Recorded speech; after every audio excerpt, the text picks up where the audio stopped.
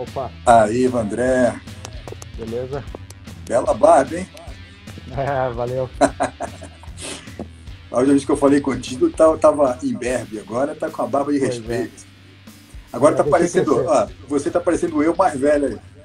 Ah, é verdade. Olha lá, barba branca, cabelo branco, óculos. É você daqui a 20 anos, pronto. 20 anos. Eu resolvi deixar crescer porque cansei. Depois eu corto. É, mas sabe que eu fico épocas sem barba e épocas com barba. Só que quando eu tiro a barba, eu começo a sentir falta de alguma coisa, aí deixa a barba crescer. Eu aprendi a ficar com barba aí nos Estados Unidos. Porque como eu Ah, morava na montanha, né, o pessoal lá é tudo barbudo. sim. Então, Ah, bacana. fazia o estilo ali. Country. Pois então, meu caro, como é que vai o seu pós-doc? Vai indo. Tá, tô no lab aqui ainda. Tá no lab? Tô, tô no meu office aqui. Terminei as coisas que tem que fazer, mas daí pensei, capaz de chegar atrasado em casa lá pra live, então resolvi fazer daqui. A parede aí é bem padronizada, né? Do meu office também era assim, igualzinho. É, exato. Eu ficava no office de neuromuscular, que era imenso, e do lado do office tinha uma. O office era dentro do lab, aí do lado tinha uma academia no lab de neuromuscular, e em frente à minha salinha, né, o meu lugar ali, tinha um biombo, atrás do biombo era a sala de biópsia. Então a gente ficava ali, né, o dia inteiro fazendo isso, o dia inteiro. Quanto Bacana. tempo mais aí, Vandré? Ah, depende da grana ainda. Se vier grana, vão ficando. Vai ficando. Né? Depende da grana. Eu estava conversando com um professor amigo meu lá da Palácio, tem alguns professores que estão se aposentando lá. Depois, se você quiser que eu te faça um contato, Pô, né? sim. Já falo logo com a Travis Trippett, que é a presidente do NSA, Nossa, e aí eu vejo lá, rapaz. Se você for lá fazer uma entrevista, com certeza você fica lá. Lugar quem ótimo. sabe? E é Quem do sabe? lado aí de onde você está. Onde é que é mesmo? É Carolina do Norte? É, North Ah, Carolina, mais ou pertinho. menos 15 minutos dirigindo do Tennessee. Ah, aqui perto mesmo, É, realmente. perto, Do lado praticamente. do lado, do lado. É a palácio. Bom, então vamos lá conversar sobre aquilo que a gente gosta de falar. Então, Mecanismos hipotéticos, né, hum, da hipertrofia. Bom, a gente sabe que essas três hipóteses, a mecanotransdução, o dano muscular e o estresse metabólico, ao meu ver, elas interagem entre si, né? Eu não consigo distinguir um mecanismo independente do outro. perfeito. Embora a gente saiba que tem algumas correntes que falam assim, olha, o dano não existe, existe só a mecanotransdução. Tem outros que falam, estresse metabólico não existe, existe o dano. Quer dizer, a gente não chega num consenso, né? Na minha opinião, vamos ver a tua opinião, eu acho que os três, como eu já falei, se interrelacionam e eu aposto as minhas fichas, depois eu vou explicar por que isso, no estresse metabólico. Aham. Por uma série de razões, né? Mas eu queria ver a tua visão, né? O que você acha de cada um dos três e se você também acha que os três interagem entre si. É, basicamente, como tu falou, né? É tudo mecanismo hipotético. A gente não tem ainda, tudo isso a gente pode discutir porque não se tem um consenso e não se tem nenhuma evidência definitiva, digamos assim, né, para qualquer um deles. É complicado. Eu acho que mesmo até, por isso que foi uma das coisas que eu escrevi no meu artigo de revisão lá, foi justamente isso, que o modelo atual de hipertrofia, se a gente for falar em hipertrofia, se a gente for reduzir hipertrofia só para discutir a hipertrofia induzida pelo treinamento de força, o treinamento resistido, Uhum. eu acredito que o modelo atual para explicar a hipertrofia não é suficiente, não é completo. Uhum. E se a gente for falar em hipertrofia de modo geral, como se dá o mecanismo em geral, envolvendo aí qualquer outro mecanismo, qualquer outro modelo de, seja cultura de célula, seja animais transgênicos, onde a gente tem aumento de hipertrofia por usos de farmacológico ou genéticos até. Uhum. Então a gente tem diversas... Aí começa a complicar mais ainda. Então eu acho que é difícil, ninguém tem a resposta ainda, acredito. Está aberto para especulações. Eu tendo meio que a entender também que existe uma inter-relação entre todos os fatores, mecanotransdução, dano, estresse metabólico talvez, mas eu acredito que mesmo que a gente diga que todos eles fazem parte do processo hipertrófico, não necessariamente eles têm a mesma proporção Uhum. ou a mesma relevância. Alguns vão ter mais que outros. Mas, ao mesmo tempo, eu também acredito que a gente pode obter hipertrofia por processos diferentes. Então, alguém pode, por exemplo, lá um sujeito que faz powerlifting ou treina muito de forma excêntrica, ele vai ter muito dano e ele vai ter hipertrofia. Mas não quer necessariamente dizer que um indivíduo que realiza treinos leves, leves no modo de dizer, né, uma carga moderada, sem fazer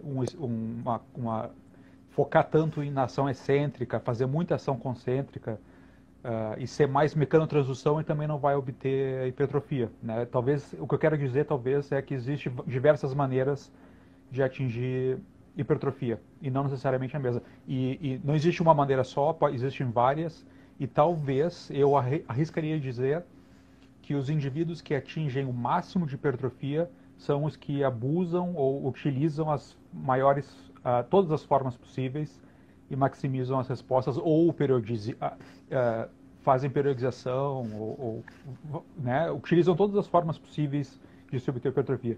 Porque, de uma forma em geral, tu pode dizer até que o indivíduo que faz um treinamento muito porco, um treinamento muito ruim, se alimenta mal, mas utiliza fármacos, ele vai ter alguma hipertrofia. Né? Não vai ser aquela absurda do Mr. Olympia, mas ele vai ter alguma. Assim como o indivíduo que não faz uso de fármaco nenhum, mas treina direito, vai ter também. Então, eu acredito que exista maneiras diferentes de se obter hipertrofia, ou mecanismos hipertróficos que podem ser explorados de maneira diferente por indivíduos diferentes. Até genética vai ter um papel nisso, né? Então, de repente, o indivíduo... Não, vai lá, já falei demais. Eu vejo o seguinte, a gente tem diversos tipos, diversas magnitudes. Perfeito. E o estresse em si, ele é diversificado. Porque, por exemplo, vamos tirar a hipertrofia de lado e vamos falar só do mecanismo de regeneração e reparação. Se você for ver, ele é exatamente igual. Porque quando você faz um corte no tecido, o mecanismo, ele começa upstream, ele vai downstream, vai pela via canônica, e vai fazer a mesma coisa, ativando todas as proteínas até chegar na síntese proteica, até chegar na ativação de mionúcleos, para o tecido ser reparado e regenerado. Só que a gente não está falando de hipertrofia.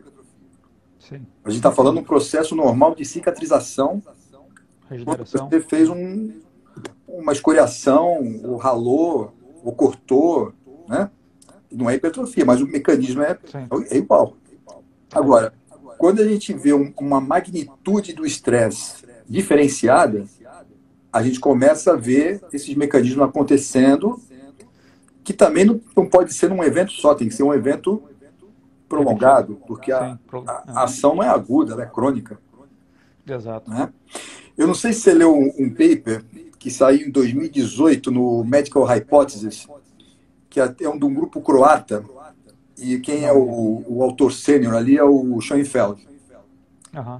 Que eles começaram a falar da possibilidade do músculo hipertrofiar, particularmente as fibras do tipo 1, com exercícios de intensidade baixa, contanto que fossem até a falha. Etc. Né? E aí você vê, as fibras do tipo 1 também sofrem hipertrofia. Sim. É que aí a gente não pode extrapolar essa colocação, Porque vai ter aqueles que vão falar assim, então eu vou fazer, eu nasci e a minha panturrilha é quase que nem uma siriguela. E eu vou fazer o pé paralelo, com o pé para cá, com o pé para dentro, e Sim, depois sim. hipertrofiar a panturrilha. Nunca. Nunca. Mas, lógico, alguma hipertrofia, e aí a gente tem que ver a magnitude disso, né, o percentual disso, vai acontecer. Como acontece em músculos diferenciados. Porque aqueles músculos que são bipenados, né, que têm ângulo de penação, eles têm uma hipertrofia melhor, mais rápida que aqueles que têm disposição em paralelo. Sim. Né? Então a gente está vendo magnitude diferente, mecanismo parecido, mas com resposta distinta. Sim, tem mais essa ainda, que é a questão dos diferentes músculos, com certeza. Uma coisa Então, que eu falo sempre é assim, quando os métodos foram criados, né, e a gente sabe que isso vem desde o século XIX, quando aqueles artistas circenses começaram a explorar o físico, né, antes do Gene Sandon, antes dele, sim, sim, sim. né, Século XIX, talvez. até o Charles Atlas, que era italiano, depois foi para os Estados Unidos. Na verdade, essa atividade foi franco-germânica, né? E aí eles foram para a Inglaterra, da Inglaterra começou nos Estados Unidos. Mas por causa do circo. E aí eles se apresentavam para ver quem tinha o físico mais forte, né? O homem mais forte do mundo, mas pelo físico. E aí você vem vindo para os métodos de treinamento e você tem aquele grande boom na época do Joe Weider, Aham. e criou os 32 princípios Weider, cada um mais cabuloso que o outro, alguns sem conexão nenhuma, né? Sei. Mas o problema é que os caras faziam e dava certo. E a gente não tinha, na década de 1950, por exemplo, a quantidade farmacológica que Exato. apareceu 10 anos depois, 20 anos depois, e o que tem hoje. Exato, nem se Então, compara. o que acontecia? Os caras treinavam daquele jeito, continuam treinando do mesmo jeito. Algum outro aqui, eu vou criar um princípio diferente, que é o SST, e tem esse outro princípio, mas, na verdade, o músculo ele não sabe o que é isso. Exato. A única coisa que ele reconhece é o estresse. E dependendo da maneira como você modula esse estresse, você tem a resposta. Aí, como você falou, tem cara que usa fármaco e de repente não hipertrofia tanto. Tem cara que não usa e às vezes hipertrofia mais, porque ele é mais responsivo a isso. Como tem Exato. aquele sujeito que se mata de treinar 10 anos, 15 anos treinando, não muda nada. O outro, 2, 3 meses, você já vê o cara mudar. Né? Você vê esse pessoal da raça negra que trabalha em construção, porque dependendo do local geográfico da África que esse pessoal veio, alguns lugares você tem aqueles negros longilíneos, tipo os quenianos, mas tem lugar da África que você pega os caras fortes. Você vê esse pessoal não faz nada. E o cara tem um abdômen engomado, um deltoide parece uma bola, um bíceps, um tríceps, e de repente o cara não faz nada. E se for comer, come arroz com feijão e farofa e tá tudo certo. E apresenta um físico mirabolante. Eu conheci um bodybuilder brasileiro, da década de 1960, que o cara tomava bomba, parecia um leão marinho. Quando o cara fazia dieta, bicho, o cara sumia. Sumia. Então você via que aquilo era gordura, era água, mas ele tinha pouco músculo. Quando fazia dieta, o cara minguava tudo. E tinha outros que tomavam menos e eram muito maiores. Sim. Existe um componente de genética, com certeza, É, para a resposta hipertrófica. Ainda não se imagina qual que seja, mas existe, com certeza. Isso tá claro como água. Assim. Existe um componente de genética. E talvez a gente vai ter umas pesquisas aqui que nós vamos esclarecer um pouco isso aí. Não posso dar muito detalhe, mas vai ser umas coisas interessantes daqui. Em breve, em breve. Você já pensou numa possibilidade? A gente fez isso na Appalachian, só que quando a gente levantou o custo, era uma coisa astronômica. E o grant, ele não ia vir especificamente para isso. A gente ia ter que apelar para fazer um estudo com idoso, porque aí o hospital ia liberar, né? É normal. Sempre tem que ter um componente de saúde. E os caras nunca dá pra mandaram ser. tirar. Eu tinha colocado Dynapenia em sarcopenia e os caras mandaram eu tirar, porque não podia, porque era doença. E aí eu tive que colocar força e massa muscular. Não podia ter o nome, os dois nomes, Dynapine e Sarcopine, não podia ter. Sério? O Que comitê gente... mandou de volta, arruma, senão a gente não aprova. Aí depois eu acabei ganhando o grant lá, mas foi com o idoso. Né? Poxa, mas então não é NIH. Era um grant que vinha, você propunha para a universidade, para a Appalachian, Ah, era interno. só que Ah, tá. precisava da aprovação de Washington. Entendi. Porque o cara que era o meu supervisor, o Alan Ara, Aham. ele era o vice provost Ah, de sim. pesquisa. Então era ele que ia pegar o dinheiro lá. Tanto que o cara que mais botava dinheiro no nosso departamento era o David Nieman. David Nieman, cara, puta, como botar dinheiro lá. Impressionante. É porque se tu vai para NIH, tem que ter um componente de saúde. Se tu falar sarcopenia, é melhor até. Então, acho que depende muito então das áreas. Se é interno, realmente aí deve ter regras diferentes. Mas Aí um o dia que a gente tinha proposto era assim, fazer biópsia em todos os grupos musculares. todos. Todos. Nossa. Peitoral, deltoide, tríceps, bíceps, quadríceps, e explorar os vários músculos do quadríceps, os flexores, e ir embora. Para a gente poder ter, mas só que a gente tem que ter um N extremamente grande para poder fazer uma comparação interclasse e intraclasse. E a gente sabe que a diferença é enorme. Sim. E aí a gente não pode falar assim, ó, o melhor é você treinar peito com bíceps, ou peito com tríceps, ou peito com ombro. Porque eu não sei em quanto tempo cada músculo se recupera. E vai ser diferente entre os músculos, entre os indivíduos. Então, é uma resposta que acho que vai demorar muito para a gente ter isso. Não, com certeza. Né? Toda a literatura, a literatura toda em humanos, basicamente na área de músculo, é basicamente de vasto lateral. Exatamente. É só isso que a gente faz biópsia, é vasto lateral. Exatamente. Então, tem alguma coisa de bíceps, alguma coisa de tríceps, algumas coisinhas ali de trapézio. Também tem um grupo na Suécia que fez, eu acho que é o grupo do Thornell, eu acho que é o nome dele. Ele tirava biópsia de bodybuilder. Os papers excelentes, mas ele é um dos poucos que fazia biópsia de trapézio. Todo mundo a maior parte dos laboratórios do mundo utiliza biópsia de vasto lateral. Então a gente pode dizer que toda a literatura muscular é basicamente estudando o vasto lateral. Só que o músculo vasto lateral é diferente em indivíduos diferentes. Exato. Né? Eu fiz biópsia, mas até uma história engraçada. Eu fiz muita biópsia em deltoide. Ah, deve ser difícil. A microbiópsia ou biópsia normal? Não, era biópsia no SUS. Ah. Porque é o seguinte, quando eu fiz meu doutorado, eu fiz o projeto com biópsia. Entendi. E no Brasil a gente sabe a dificuldade que é. Então, tu retirava quando alguém ia fazer uma operação no ombro e aproveitava e já pegava uma biópsia? Exatamente. Mas aí, olha excelente. só que interessante. Eu fui lá para a Unifesp falar com o Acari, não sei se você chegou a conhecer. Não conheço. Que era o chefe do departamento neuromuscular. E aí conversei com ele, expliquei o estudo, né? Pô, isso tem tempo pra caraca.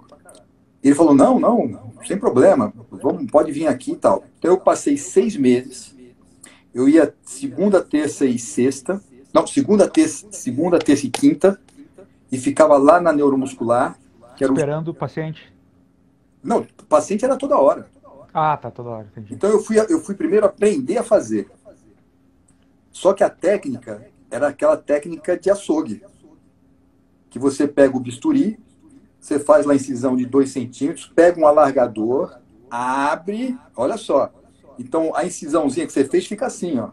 Sim. Aí você abre, pega a tesourinha de bico, corta a fáscia, não é com o bisturi, é com a tesourinha, e aí com uma outra tesourinha você corta os pedacinhos de tecido e leva para analisar ou congelava. Nossa. E eu passei, teve uma situação lá engraçadíssima, né, com uma senhora que estava com suspeita de alguma doença degenerativa ali, e a gente teve que fazer no deltoide, e a médica que estava trabalhando era uma residente, cara, sem experiência nenhuma, porque o cara que era o responsável foi fazer o pós-doc nos Estados Unidos e deixou a residente ali fresquinha. E eu já estava lá um tempão, né? E quando o Acari me apresentou, ele falou assim, ó, o doutor Tácito vai vir aqui, vai ficar supervisionando, quer dizer, doutor Tácito, os caras estão pensando que eu era médico. Cara, bicho, a mulher foi fazer a biópsia na velhinha, a velhinha esqueceu de falar que tomava medicamento, tomava aspirina. Quando ela fez a incisão, quando abriu, começou a sair sangue, não saía, não parava mais de sair sangue. Não parava mais. Eu olhei para a médica, eu tava era eu, a mesa, a senhora deitada e ela do outro lado, na minha frente, né? A médica começou a suar. A enfermeira olhava para mim, enfermeira, aquelas enfermeiras velhas, sabe, sarruda, olhava para mim assim, tinha uma residente ali, e eu olhando, eu falei, olha, tem que botar mais gás aí para chupar esse sangue, senão não vai dar. Como é que ela vai enxergar para cortar o tecido? Sim. Cara, e não parava de sair sangue, sangue, sangue, sangue, sangue. E uma hora eu já comecei a ficar meio nervoso ali. Eu falei, pega a gás que tá ali. Aí comecei a entuchar gás, cara. Minha mão quase que entrava inteiro no da mulher. Aí eu sei que uma hora eu perguntei para a mulher, eu falei, mas senhora, a senhora toma alguma coisa? Ah, eu tomo AS. Eu falei, mas a senhora não relatou isso? Ah, esqueci. Bom, só sei que foi um fudevu de caçarola. Rapaz. Quando o negócio deu, a mulher deu um pontinho ali para dar uma parada na irrigação. E quando ela foi cortar, a mulher deu um berro, porque a anestesia estava acabando. Puta, foi coisa de louco. Coisa de louco. Aí depois, o Acari chegou para mim e falou assim, olha, infelizmente a gente não vai poder fazer isso, porque as revistas não vão aceitar esse método. Porque os caras só estavam fazendo com agulha. Né? E aí, quando eu cheguei na Palacha, que eu fui aprender a fazer o Baxter modificado. Eu não sei se é o que vocês usam aí. Que você precisa de 3 pessoas. Então é um faz a incisão, um insere a agulha, o outro está lá né? E o outro pega a amostra. A sucção, exato. Então são 3 pessoas ali. Tem uma técnica, uma outra técnica, o cara usa a agulha só e vai... A microbiópsia? Aí uma pessoa só faz. Sim. Mas para fazer isso que a gente queria, o custo, porque cada um que faz biópsia, você paga $100. Né? Então, olha o custo para fazer isso. Conclusão, vamos ficar mais uns 50, 100, 200 anos aí sem responder nada, porque é muito caro isso. E ninguém vai arrumar dinheiro para isso. É verdade. Biópsia é foda. Biópsia não adianta. E como eu falei, a literatura toda vai ser baseada no vaso lateral, né? Pois é. E a gente vai basear tudo que a gente sabe baseado nisso. E a gente espera que seja conservado entre todos os demais músculos, né? Mas quem sabe. Aí a gente chega naquela realidade que a gente quer chegar, de trabalhar com bodybuilders para ver, né? Que é uma coisa que é fora da realidade. Sim, primeiro, qual é o bodybuilder que vai querer participar do estudo e deixar biopsiar? Mesmo que a gente sabe que faz a biópsia e vai treinar, não tem problema. Mas e o medo do cara? Estragar a temporada dele. Exato. Imagina você chegar agora no Flex Lewis e no Phil Rich e falar assim, vem cá, vamos fazer um experimento e o cara tá o Mr. Olímpia daqui a 2 meses. O ideal, infelizmente, eu acho que seria pegar alguém ou pegar esse pessoal já depois que passou o pico da carreira, né? Talvez pegar o pessoal categoria sênior, talvez, não sei. Mas é difícil eles aceitarem. O que dá para fazer bastante, que nem eu falei desse grupo da Suécia, o Tornel, é pegar atletas relativamente de alto nível, mas amadores, né? Campeonatos menores, não pegar uns bodybuilder mesmo, mas pegar digamos assim, campeões nacionais ou que fazem competição nacional. Alguns vão acabar aceitando ser tendo uma biópsia. Mas mesmo assim a gente vê que vai ser... As respostas poderiam ser diferentes, né? Sim. Porque o nível é diferente, músculo a maturidade do músculo é diferente. Claro. E uma coisa é pegar uma biópsia só também, outra coisa é querer pegar uma biópsia e fazer biópsias repetidas depois de uma sessão de treino, para ver se a resposta ao treino é diferente no bodybuilder, é complicado. Então, uma biópsia só também não sei se nós vamos aprender muito com uma biópsia em repouso de um bodybuilder. Uhum. Aí tinha que fazer assim, um N grande, biopsiar todos os músculos. Eu nunca vi nenhuma biópsia, pelo menos eu nunca li, nenhuma biópsia no vaso medial. Pois é, vaso medial não é comum, né? Né? Realmente, é vaso lateral. E você vê que tem uns caras que têm o vaso medial extremamente hipertrofiado. Sim. Enquanto tem uns que o vaso lateral é tão grande que o medial às vezes até sobe. Ah, Né? pois é. Tem estudos com tríceps, tem estudo com bíceps, tem estudo com deltoide, acho que trapézio. O que mais? Tem biópsia de gastrocnêmio. Sólidos acho que também tem. É mais difícil, mas é possível.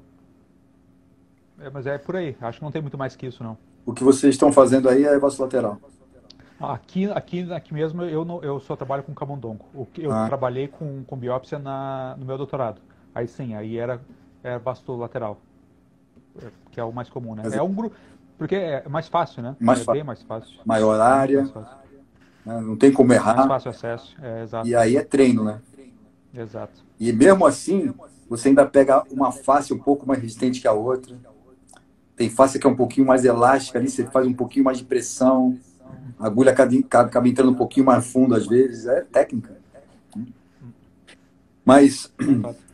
quando a gente fala de mecanotransdução, é uma coisa que é óbvio, né? Porque eu estou precisando fazer movimento.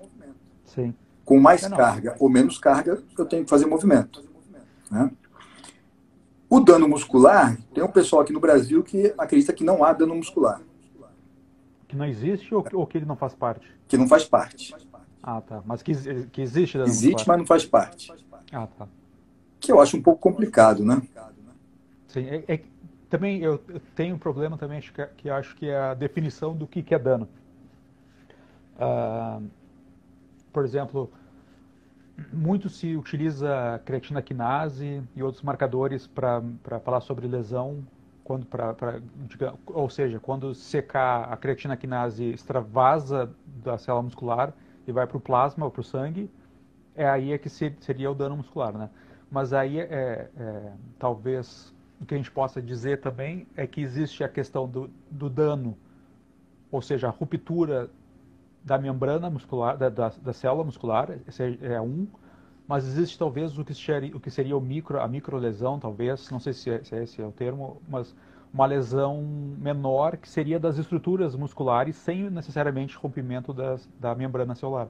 Ou seja, a, a, as linhas Z do sarcômero, toda a Uhum. questão miofibrilar, ele tem uma lesão estrutural que não necessariamente tem um reflexo, não seria o clássico do dano muscular. Então talvez isso também seria um dano, mas é debatível, digamos assim, né? O que é o dano? Se tu realmente precisa ter um dano desse nível de rompimento da célula muscular ou se só a microlesão ou o micro dano às estruturas da fibra muscular, da miofibrila, do sarcômero é o suficiente para desencadear as mesmas reações, né? É complicado, porque muito se fala, por exemplo, na participação das células satélites no processo de regeneração tecidual ou da regeneração das lesões da fibra muscular. E a célula satélite ela fica exatamente entre a membrana basal e a membrana de fora, né, da célula extracelular e a membrana digamos assim, uma classificação básica da célula satélite é que ela fica entre a membrana que a gente marca com distrofina e a membrana que a gente marca com laminina. Então ela fica exatamente naquela região. Então talvez alguns tipos de lesão vai sinalizar para a célula satélite, porque ela está internamente na área do músculo, mas não associado necessariamente com as miofibrilas e com aquela parte celular mesmo, né? Com a membrana a primeira membrana do músculo. Ela não está ali, mas ela está logo em seguida. Entre ela e a membrana e a membrana relacionada com o meio externo, ou seja, laminina, célula satélite e distrofina, e aí sim o citosol da célula. Então, talvez, quando há um dano intracelular, sinaliza para a célula satélite. Então, não houve rompimento dessa membrana extracelular, talvez não houve, mas houve o suficiente para gerar um desencadeamento em que sinaliza para a célula satélite. Pode ser um mecanismo. Não sei se essa resposta é conhecida, mas existem diversos mecanismos, né? É complicado. Com certeza, o dano, o maior dano possível, realmente leva à ativação das células satélites, proliferação delas e toda a cascata de miogênese, etc. Mas talvez as microlesões também, essas lesões pequenas também, né? Existe toda uma questão aí da célula satélite estar interligada com o músculo através de nanotubos e etc. Existe alguma forma de comunicação ali que talvez a microlesão possa ativar elas, mas é desconhecido. Agora, Né? você não acha que precisa um certo tempo, um espaço temporal para isso acontecer? Em relação ao estímulo de um exercício? Ou... Sim, com certeza. É questão de... Não é 1 ou 2 horas, são Né? Então, por exemplo, se dias, você né? faz uma ação muscular voluntária máxima, você não desencadeia esse mecanismo. Em que sentido? Você fez um movimento. Um movimento? Não, sim, um movimento sim, Né? com certeza. Um movimento. Sim, Então, você fez o teste de sim, carga máxima. Você não desencadeou esse processo. sim. Especialmente se for treinado, né? Especialmente o indivíduo treinado. Treinado. Porque também o destreinado, ele, né, Sim. não faz direito. Agora sim. Mas um idoso, por exemplo, para um idoso que não caminha, não faz nada, a própria ato de caminhar já vai ser um ato que talvez seja até lesivo, né? Ele pode sentir dor muscular tardia, ou etc, né? Para quem não está acostumado. Manutenção dele na posição de Exato, pedal perfeito. ali, né? Perfeito. Sofre a ação da gravidade, é que nem o astronauta. Né? Isso é uma outra coisa que outro dia eu fiz um post, foi até meio viajante, né? Porque imagina assim, o treinamento de força ele é tão importante, e a gente entender isso, os mecanismos, é tão importante, a gente agora está caminhando para uma outra era de exploração espacial, porque o projeto Marte foi ativado. Então imagina, para o cara sair da Terra e chegar em Marte, ele vai demorar 8 meses. E ele não vai chegar em Marte e voltar para a Terra. Ele vai ter que estabelecer lá pelo menos 1 ano. Então imagina, 8 meses em gravidade zero. Quando ele chegar em Marte, a gravidade de Marte é totalmente diferente da Terra. Sim. Então, imagina o que vai acontecer, nem assim na própria perda de músculo, mas de osso, de mineralização, de absorção de cálcio interno. Né? Um monte de coisa vai acontecer ali por causa da falta de gravidade e num país, num planeta com uma gravidade totalmente diferente. Sim. É engraçado mencionar isso, porque eu acabei de escrever sobre isso esses dias. É mesmo? Como é que se chama disso?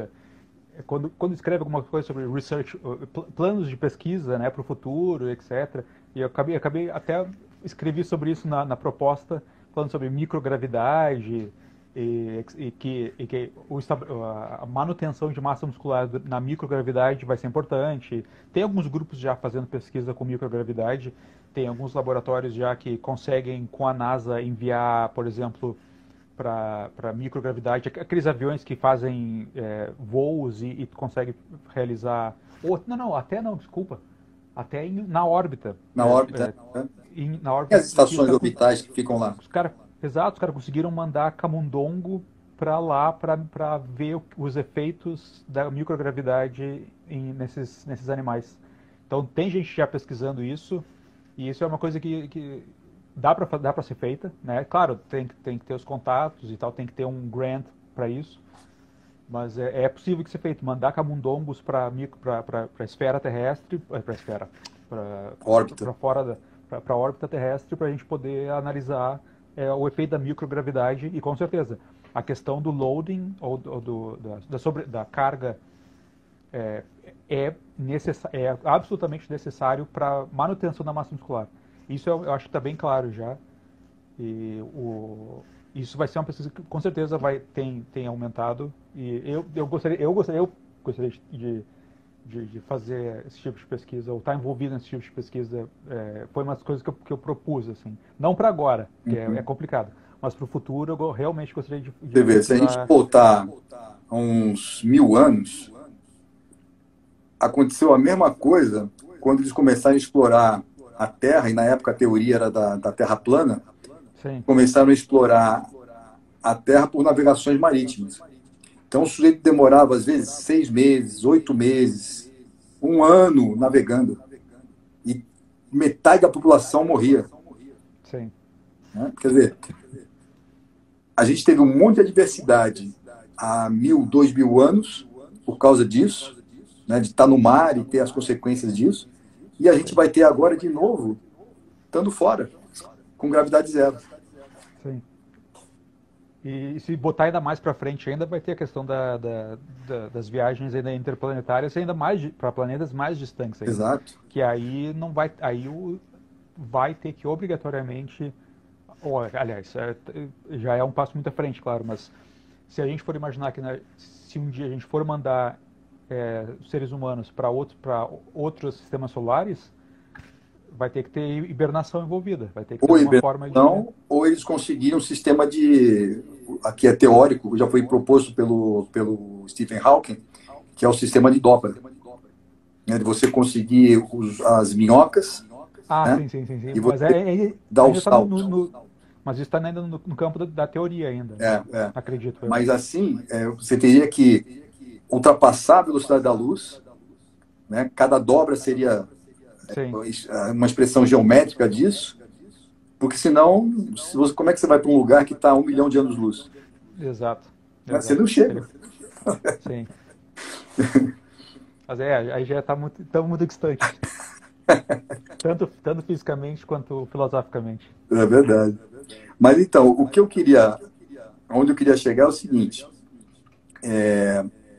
a mecanotransdução, ela pode ou não ocorrer, porque a gente já viu que por oclusão vascular você tem o processo, a imitação do fenômeno, sem que haja um movimento. Sim. E acaba acontecendo dano. Dano? Ou... injúria muscular, né? Injúria muscular. Injúria. Que também é uma interpretação parecida, né?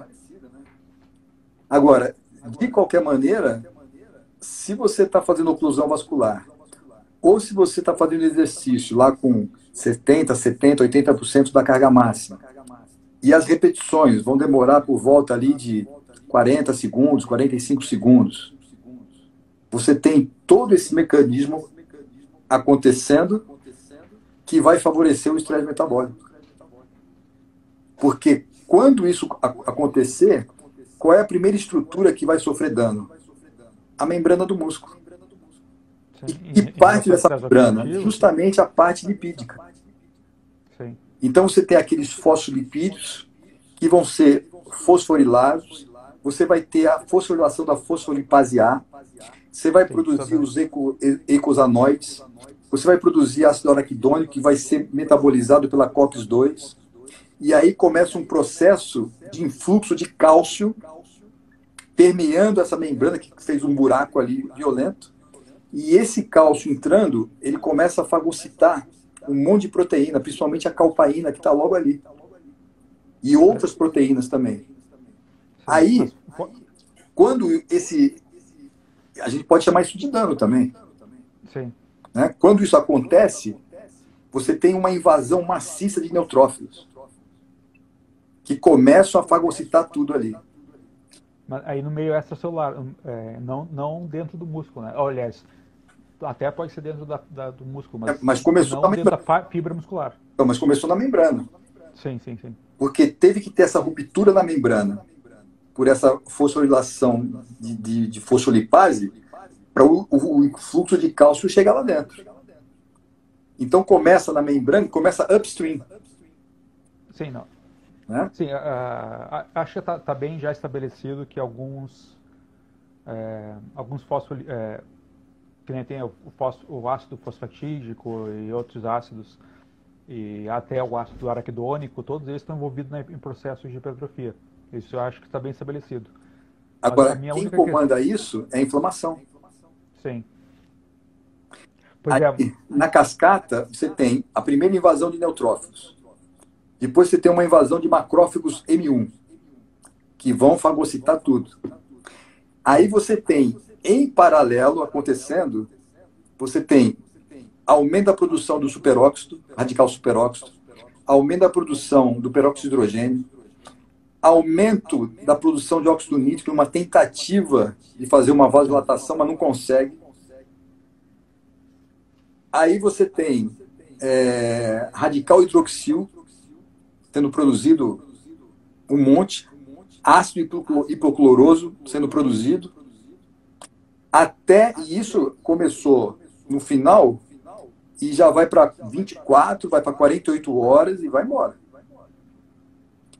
Dependendo do estímulo. Aí você tem uma outra invasão de macrófagos, são os M2, que vão começar a fazer a limpeza ali dos debris. Aí que você tem ativação da célula satélite. Sim. Então, olha quanta coisa está acontecendo antes de chegar na célula satélite. Mas quem está comandando isso aí? É a inflamação. Uhum. E quando você está treinando com 70% da carga, 80% fazendo 10, 12, 15 repetições, é isso que está acontecendo.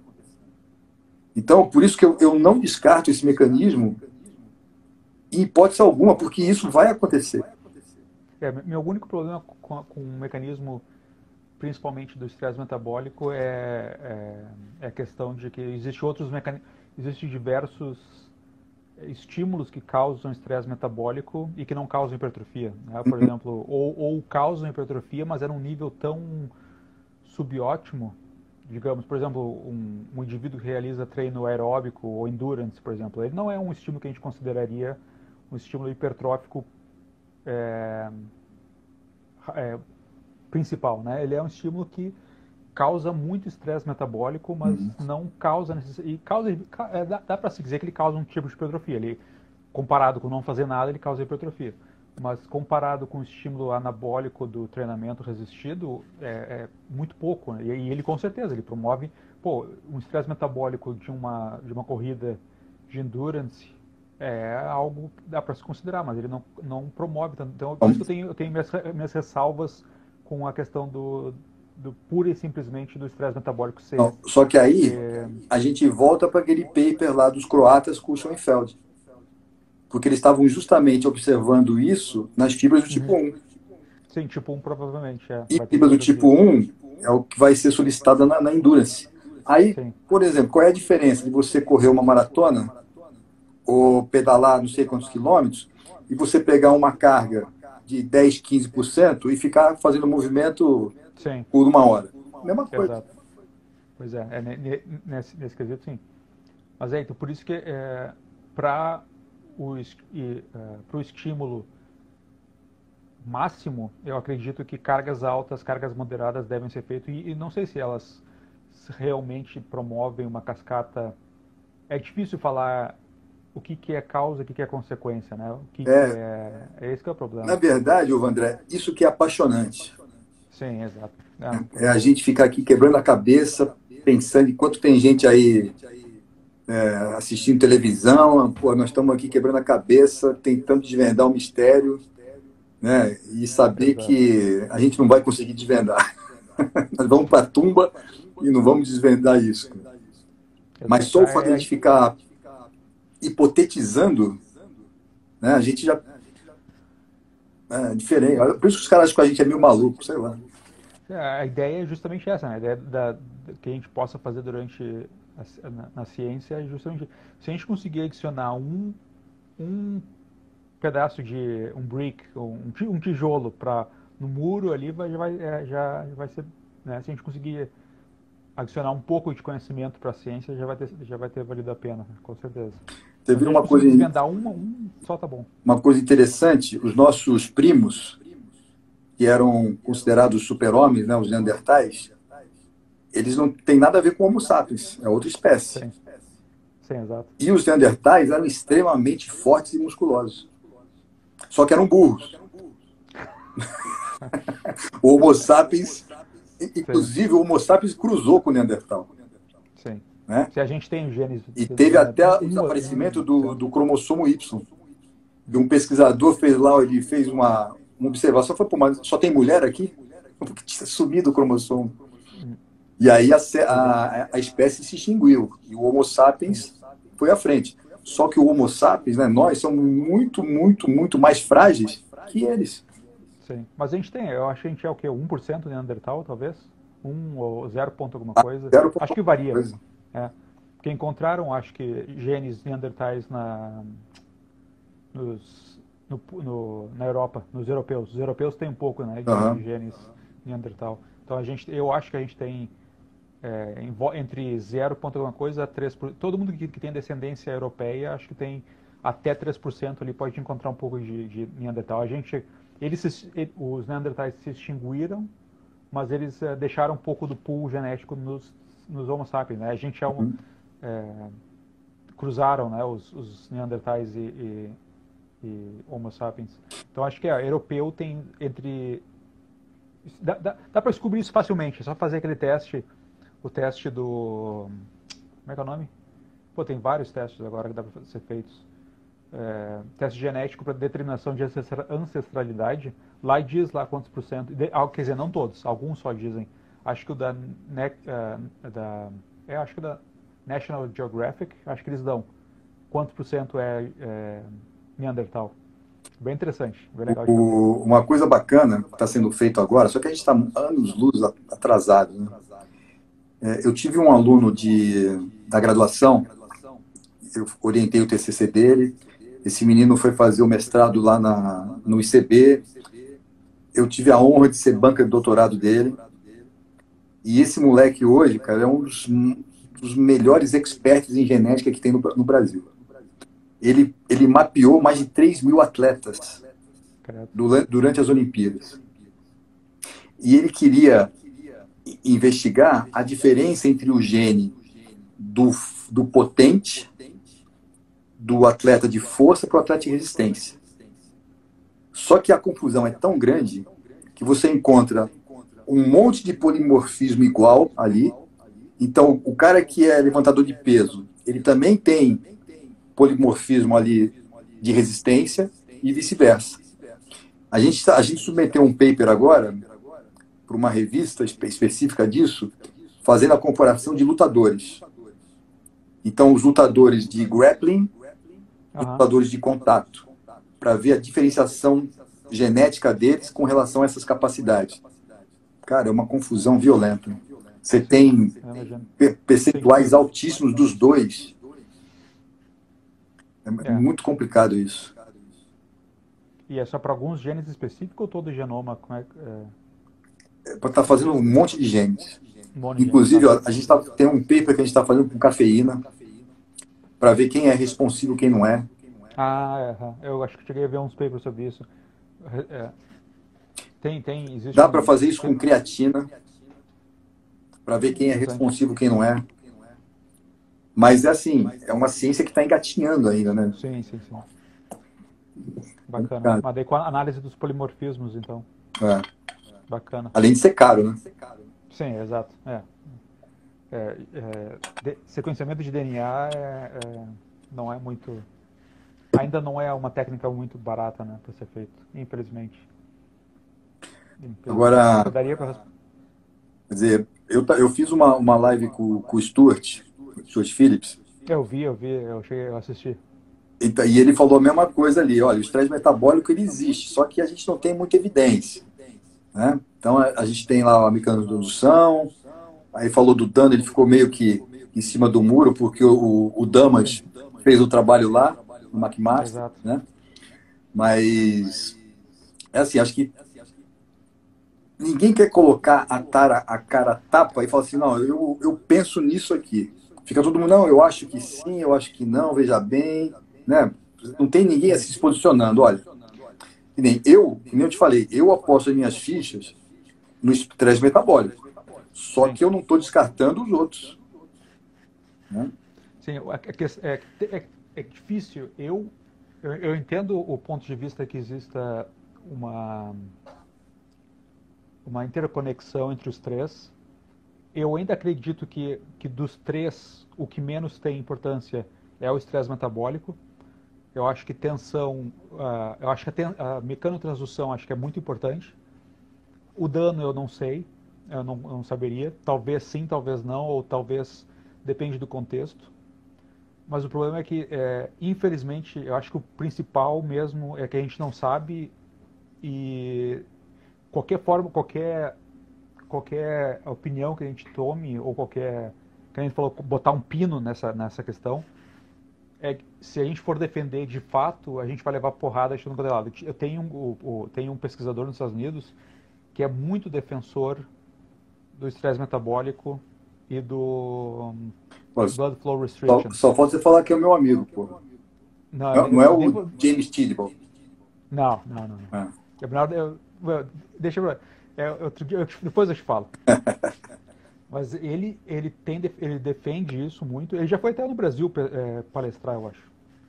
E ele tem umas ideias nesse sentido e ele tem tomado muita porrada.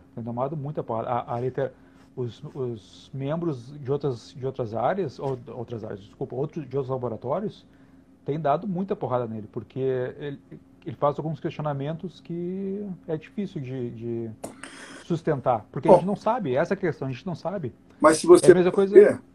Quem que não tomou muita porrada? O Einstein tomava porrada direto. Exato. O Stephen Hawking tomava porrada direto. Sim, aquele maluco lá da África do Sul, como é o nome dele?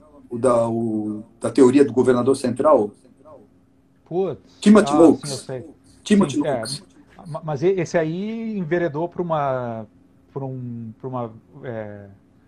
Bom, o Tim Noakes, hoje em dia o Tim Noakes, o pessoal tá, como se diz, tá cancelando ele, né? Tem cancelado. Não, mas tomou porrada doidado, né? Sim, não, mas a questão, imagina alguém, por exemplo, chegar hoje e defender que é só dano muscular que causa hipertrofia. Ele vai levar porrada, né? Vai levar porrada. Pode. Então, essa que é a questão. A gente não tem nenhum dado objetivo irrefutável que um desses mecanismos seja mais relevante. É o central, exato. Eu acredito que a mecanotransdução claro, eu não vou defender, eu não vou chegar num paper e escrever, mecanotransdução eu digo, pessoalmente, eu acredito que a mecanotransdução é mais importante, porque eu vejo, porque na minha concepção, qualquer coisa que a gente for afirmar como sendo verdadeiro, nesse caso, ele tem que ser amplamente defendido.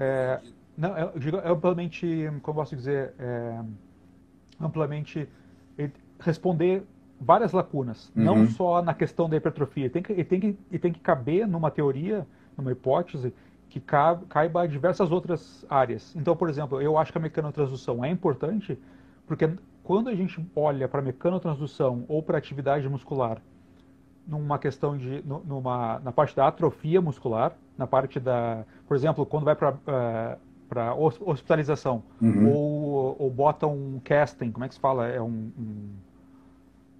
Fica com a perna mobilizada, ou qualquer nesse sentido, vai ter uma perda de massa muscular. Sim. E eu acredito que essa perda de massa muscular não é devido a estresse metabólico, não é devido a dano, mas é devido à falta de atividade naquele músculo, de tradução. Então eu acredito que a ideia de que a tradução, a mecanotransdução, ela responde por diversos aspectos do controle do tamanho da fibra muscular. Então, por isso que eu acredito nisso, porque não quero dizer que dano muscular não é relevante, não é isso, mas eu acredito que a mecanotransdução tem um papel que vai além do papel na hipertrofia, pura e simplesmente do treinamento resistido, mas ela também responde por outras áreas da regulação do tamanho muscular, né? Por exemplo, como é o caso da atrofia muscular. Eu acho que ela responde bastante. Eu tenho um artigo meu que acabou de ser aceito, não foi publicado ainda, mas eu falo exatamente sobre isso, de que ao a gente ficar sobre como se fala, desuso, né? Ao iniciar o desuso, a gente tem essas diminuições de massa muscular justamente pela questão de falta de mecanotransdução, não mecanotransdução, mas existe uma carga, carga não é o termo correto, mas existe uma atividade muscular mínima que deve para se manter. É o tal do efeito hormético. Pois exato. Então talvez o dano muscular e o estresse metabólico são pilares ou como posso dizer, ou se relacionam com a transdução, mas eu acho que o core, sabe, o básico ali, o central dele é a mecanotransdução, justamente porque é o que o músculo é. O músculo é um tecido que serve para contrair. Uhum. Né? A função básica dele é a Você contração. vê isso tanto no imobilizado, o sujeito que teve um trauma, ficou 6 meses com a perna lá engessada para cima. Sim. Você vê isso na gravidade zero e você vê isso no... Exato, perfeito, exato. Então, uma questão, um engessado ou alguém que está hospitalizado numa cama, questão de uma semana, tu já consegue ver perda de massa muscular. Tem um estudo recente, acho, do grupo do Van Loon, ele mostrou que 3 dias é suficiente para tu verificar a redução de massa muscular. Exato.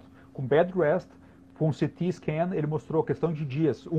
3 dias tu já vê diminuição de massa muscular, 3% do CSA da massa muscular, mas é o suficiente já. Então, o nosso músculo foi feito para ter algum nível de carga mínima, né? Uhum. Então, eu acho que realmente a tradução, a mecanotransdução ou a mecanoestímulo é realmente o que está central na questão do controle. O início da minha fala, né? Eu acho que os 3 interagem, né?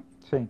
E o problema é a gente ver qual é o percentual de cada um em diferentes estresses, magnitudes de estresse, né? E, de novo, não é necessariamente que existe um método único e esse é o correto. Pode-se talvez obter massa muscular ou hipertrofia só na base do dano, só na base de treinamento pesado e etc. E tem alguém que vai fazer só uso de cordas ou TheraBands, faixas. Elástico, né? Elástico, exato, e vai fazer aquilo e é basicamente concêntrico, com quase nada de dano e vai ter hipertrofia. Né? Então, voltando lá ao que a gente falou no início, a gente não sabe, não tem como saber e provavelmente a gente vai morrer e não vamos ter certeza absoluta, mas a gente tem algumas ideias e alguns hints do que talvez possa ser, mas o meu ponto central, o que eu acho que é importante, é que o modelo que a gente propor para responder a hipertrofia, ele deve também deve caber ou deve ser também transponível para outras áreas. André, né? A gente tem 30 segundos, os caras vão derrubar a live. Tá, beleza. Era só isso. Basicamente isso. A gente terminou a live para falar. A gente terminou como começou, a gente não sabe. Não sabe. Exato. Mas é bom. André, antes que os caras derrubem, obrigado mais uma vez pelo papo. Que isso. Né? A gente marca mais um depois para frente. Beleza? Sempre bom conversar contigo, tá? Valeu, obrigado. Abração, cara. Até mais. Tchau.